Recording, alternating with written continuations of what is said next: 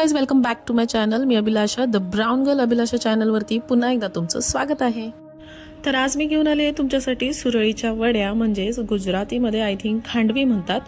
तर सुरळीच्या वड्या कशा तयार करायच्या याची रेसिपी घेऊन आला आहे. माझं किचन जरा मेस आहे बिकॉज सकाळ सकाळची तयारी आहे स्वयंपाकाची. सो सगळे कामं करता करता मी सुरळीच्या वड्या बनवायचा विचार केला आणि म्हटलं तुमच्यासोबत शेअर करू. सो मेसला थोडं इग्नोर करा. चला तर मग बघूया सुरळीच्या वड्या.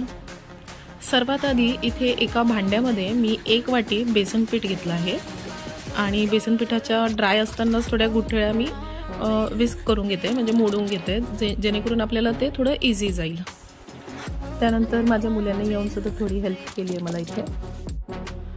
त्यानंतर त्यामध्ये मी 1 वाटी ताक सुरुवातीला मिक्स केलं आहे आणि मिक्स केल्यानंतर त्याला छान असं फेटून घ्यायचं आहे. त्याच्यामध्ये कुठल्या गुठळ्या राहायला नको. पहिले की यांनी मला जरा हेल्प केली आणि मग त्यानंतर पुन्हा मी माझ्या हाताने सुद्धा त्याला विस्क करून घेतलं.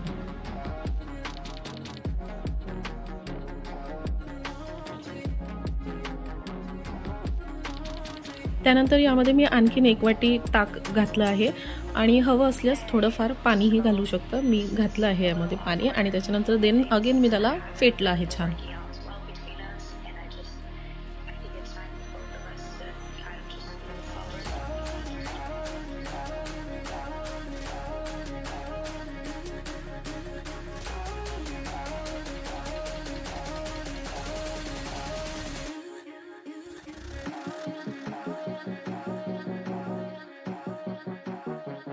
आता जसं मी तुम्हाला मगाशी म्हणाले की माझी सकाळची कामंही चालू आहेत, आय मीन माझा स्वयंपाकही चालू होता बाजूला. सो मी इथे मसाला भेंडी बनवत आहे आणि मसाला भेंडीची तयारी करून देन मी पुढची सुरळीच्या वड्यांची तयारी करणार आहे.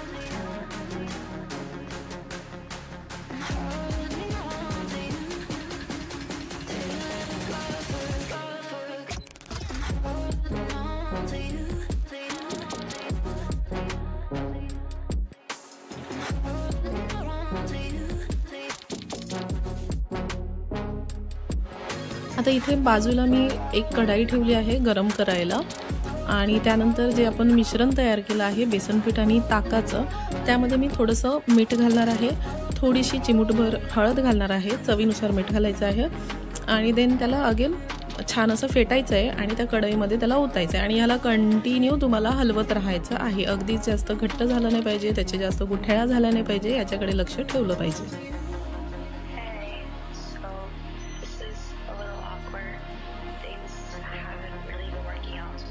इथे मी सुरुवातीला मिश्रणामध्ये एक गोष्ट घालायची विसरली होती, ती मी इथे टाकत आहे, ती म्हणजे हिंग. चिमूटभर हिंगही टाकायचं, म्हणजे ते पचन करायला आपल्याला जरा इझी जाते.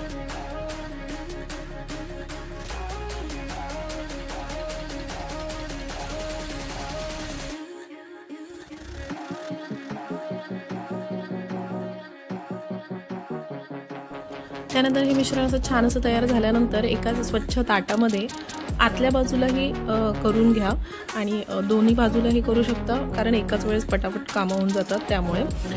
सो मी पहिले ताटाच्या आतल्या बाजूला काढलं आहे आणि देन त्याला छान असं स्प्रेड केलं आहे.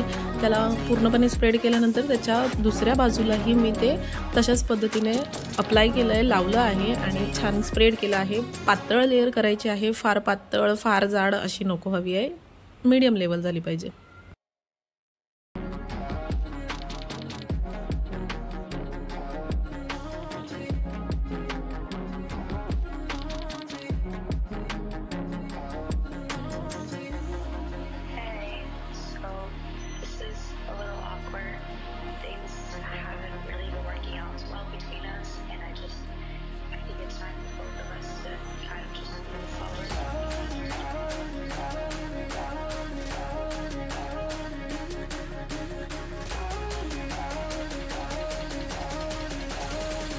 त्यानंतर आपण ताक आणि बेसन पिठाचं हे जे काही मिश्रण ताटावर लावलं आहे ते फटाफट थंड होतं अगदी 5 मिनिटात.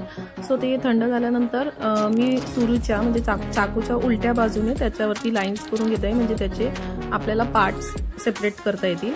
त्यानंतर इथे मी नारळ, मी ॲक्च्युली सुक्कं जे खोबरं असतं आपलं त्याचं खोबरं किसून मी टाकलं आहे. तुम्ही ओलं नारळही घेऊ शकता, ते अतिउत्तम असेल. माझ्याकडे अवेलेबल नव्हतं सो मी ते टाकत आहे.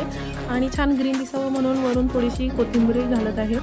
आणि हे अप्लाय करायच्या आधीच तुम्हाला त्याचे कट्स करून घ्यायचे, म्हणजे इझिली कट्स होतात आणि तुम्ही इझिली त्याला फोल्ड करू शकता.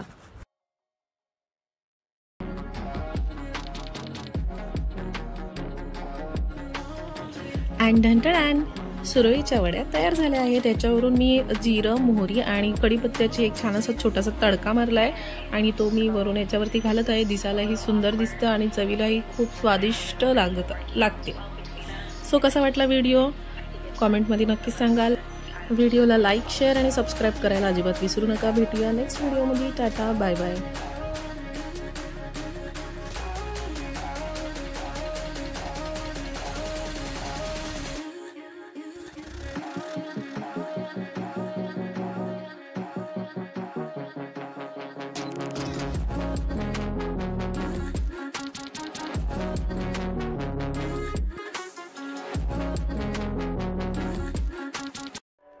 Thinking of